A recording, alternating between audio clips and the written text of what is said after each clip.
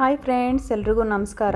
ಇವತ್ತು ನಾವು ನಮ್ಮ ಚಾನಲಲ್ಲಿ ಏನು ರೆಸಿಪಿ ನೋಡ್ತಾ ಇದ್ದೀವಿ ಅಂದರೆ ತುಂಬ ರುಚಿಯಾದಂಥ ಕೊಬ್ಬರಿ ಹಾಲಿನಿಂದ ಮಾಡುವಂಥ ಚಿಕನ್ ಬಿರಿಯಾನಿ ಹೇಗೆ ಮಾಡೋದು ನೋಡೋಣ. ಇದು ತುಂಬಾ ರುಚಿಯಾಗಿರುತ್ತೆ. ಇದು ಮಾಡೋದಕ್ಕೆ ಮೊದಲಿಗೆ ನಾನಿಲ್ಲಿ 2 ಲೋಟದಷ್ಟು ಬಾಸ್ಮತಿ ಅಕ್ಕಿ ತೆಗೆದು ನೆನೆಸಿಟ್ಟಿದ್ದೀನಿ. ಮಸಾಲೆಗೋಸ್ಕರ 10 ಹಸಿಮೆಣಸಿನ್ಕಾಯಿ, 1.5 ಇಂಚಷ್ಟು ಶುಂಠಿ, 6 ಲವಂಗ, 1 ಇಂಚಷ್ಟು ಚಕ್ಕೆ, 8 ಗೋಡಂಬಿ, 1/4 ಟೀ ಸ್ಪೂನಷ್ಟು ಸೋಂಪು, 1 ಪೂರ್ತಿ ಗಡ್ಡೆ ಬೆಳ್ಳುಳ್ಳಿನ ಬಿಡಿಸಿಟ್ಟಿದ್ದೀನಿ, 2 ಮೀಡಿಯಮ್ ಸೈಜ್ ಈರುಳ್ಳಿನ ಉದ್ದುದಕ್ಕೆ ಕಟ್ ಮಾಡಿಟ್ಟಿದ್ದೀನಿ, 1 ಟೊಮೆಟೊ, 1 ಪೂರ್ತಿ ತೆಂಗಿನಕಾಯಿನ ಈ ರೀತಿ ಚಿಕ್ಕ ಚಿಕ್ಕದಾಗಿ ಕಟ್ ಮಾಡಿಟ್ಟಿದ್ದೀನಿ, 2 ಟೇಬಲ್ ಸ್ಪೂನಷ್ಟು ಎಣ್ಣೆ, ಒಂದು ಸ್ವಲ್ಪ ಕೊತ್ತಂಬರಿ ಸೊಪ್ಪು, ಸ್ವಲ್ಪ ಪುದೀನ, ಮಸಾಲೆ ಸ್ಪೈಸಸ್ಸು, ಉಪ್ಪು ನಿಮ್ಮ ರುಚಿಗೆ ತಕ್ಕಷ್ಟು, ಅರ್ಧ kg ಆಗೋಷ್ಟು ಚಿಕನ್. ಮೊದಲಿಗೆ ನಾವಿಲ್ಲಿ ಕಾಯಿ ಹಾಲು ರೆಡಿ ಮಾಡ್ಕೊಂಬಿಡೋಣ ಫ್ರೆಂಡ್ಸ್. ಒಂದು ಮಿಕ್ಸಿ ಜಾರ್ಗೆ ನಾವು ಕಟ್ ಮಾಡಿಟ್ಟಿರೋಂಥ ಈ ಕೊಬ್ಬರಿನೆಲ್ಲ ಹಾಕಿ ಇದನ್ನು ಚೆನ್ನಾಗಿ ಹಾಲು ತೆಗೆದಿಟ್ಕೊಂಬಿಡೋಣ. ಇದನ್ನ ರುಬ್ಬಿ ನೀರು ಹಾಕಿ ಹಾಲು ರೆಡಿ ಮಾಡ್ಕೊಳ್ಳೋಣ. ನೋಡಿ, ಈಗ ಕಾಯಿ ಹಾಲು ರೆಡಿಯಾಗಿದೆ. ಈಗ ನಾವು ಮಸಾಲೆ ರುಬ್ಕೊಳ್ಳೋಣ. ಮಸಾಲೆಗೋಸ್ಕರ ನಾವು ತೆಗೆದಿಟ್ಟಿರೋಂಥ ಈ ಶುಂಠಿ, ಬೆಳ್ಳುಳ್ಳಿ, ಹಸಿಮೆಣಸಿನ್ಕಾಯಿ, ಚಕ್ಕೆ, ಲವಂಗ, ಸೋಂಪು ಇದೆಲ್ಲ ಹಾಕಿ ಚೆನ್ನಾಗಿ ನೈಸಾಗಿ ರುಬ್ಕೊಂಬಿಡೋಣ. ಈಗ ಒಂದು ಕುಕ್ಕರ್ ಇಟ್ಟು ಕುಕ್ಕರ್ ಬಿಸಿ ಆದಮೇಲೆ ನಾವು ತೆಗೆದಿಟ್ಟಿರೋಂಥ ಎಣ್ಣೆ ಅದ್ರ ಜೊತೆಗೆ ಹಾಕ್ಕೊಂಡು, ಎಣ್ಣೆ ಬಿಸಿ ಆದಮೇಲೆ ಈ ಮಸಾಲೆಗೋಸ್ಕರ ಇಕ್ಕಿರೋಂಥ ಪಲಾವ್ ಸಾಮಾನೆಲ್ಲ ಹಾಕ್ಕೊಂಡು ಮತ್ತು ಈರುಳ್ಳಿನೂ ಅದ್ರ ಜೊತೆಗೆ ಹಾಕ್ಕೊಳ್ಳೋಣ. ಈರುಳ್ಳಿ ಒಂದು ಸ್ವಲ್ಪ ಕಲರ್ ಬರೋವರೆಗೂ ಚೆನ್ನಾಗಿ ಬಾಡಿಸ್ಕೊಬೇಕು. ಯಾಕಂದರೆ ಈರುಳ್ಳಿ ಒಳ್ಳೆ ಕಲರ್ ಬಂದರೆ ಮಾತ್ರನೇ ತುಂಬ ರುಚಿಯಾಗಿರುತ್ತೆ ಫ್ರೆಂಡ್ಸ್. ನೋಡಿ, ಈರುಳ್ಳಿ ಈ ರೀತಿ ಒಳ್ಳೆ ಕಲರ್ ಬಂದಿದ್ದಾದಮೇಲೆ ಈಗ ನಾವು ಕಟ್ ಮಾಡಿಟ್ಟಿರೋಂಥ ಟೊಮೆಟೊನ ಇದ್ರ ಜೊತೆಗೆ ಸೇರಿಸ್ಕೊಳ್ಳೋಣ. ಈ ಟೊಮೆಟೊ ಚೆನ್ನಾಗಿ ಮೆತ್ತಗಾಗೋವರೆಗೂ ಚೆನ್ನಾಗಿ ಬಾಡಿಸ್ಕೊಬೇಕಾಗುತ್ತೆ. ಈ ಟೊಮೆಟೊ ನೋಡಿ ಫ್ರೆಂಡ್ಸ್, ಈ ರೀತಿ ಚೆನ್ನಾಗಿ ಮೆತ್ತಗಾಗಿದ್ದಾದಮೇಲೆ ಈಗ ನಾವು ರುಬ್ಬಿಟ್ಟಿರೋಂಥ ಮಸಾಲೆನ ಹಾಕ್ಕೊಳ್ಳೋಣ. ಈ ಮಸಾಲೆಯಲ್ಲಿರೋಂಥ ಹಸಿ ವಾಸನೆ ಹೋಗೋವರೆಗೂ ಚೆನ್ನಾಗಿ ಫ್ರೈ ಮಾಡ್ಕೊಬೇಕು.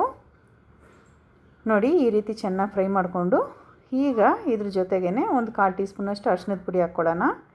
ಒಂದು ಸ್ವಲ್ಪ ಇದನ್ನ ಮಿಕ್ಸ್ ಮಾಡಿಬಿಟ್ಬಿಟ್ಟು ಈಗ ನಾವು ಕಟ್ ಮಾಡಿಟ್ಟಿರೋಂಥ ಕೊತ್ತಂಬರಿ ಸೊಪ್ಪು, ಪುದೀನ ಸೊಪ್ಪು ಇದೆರಡು ಹಾಕಿ ಮತ್ತೆ ಒಂದು ಸರಿ ಚೆನ್ನಾಗಿ ಮಿಕ್ಸ್ ಮಾಡಿಬಿಟ್ಬಿಡೋಣ. ಈಗ ನಾವು ತೊಳೆದಿಟ್ಟಿರೋಂಥ ಚಿಕನ್ನ ಇದ್ರ ಜೊತೆಗೆ ಸೇರಿಸ್ಕೊಂಡು ಇದನ್ನು ಈಗ ಚೆನ್ನಾಗಿ ಬಾಡಿಸ್ಕೊಬೇಕಾಗುತ್ತೆ ಫ್ರೆಂಡ್ಸ್.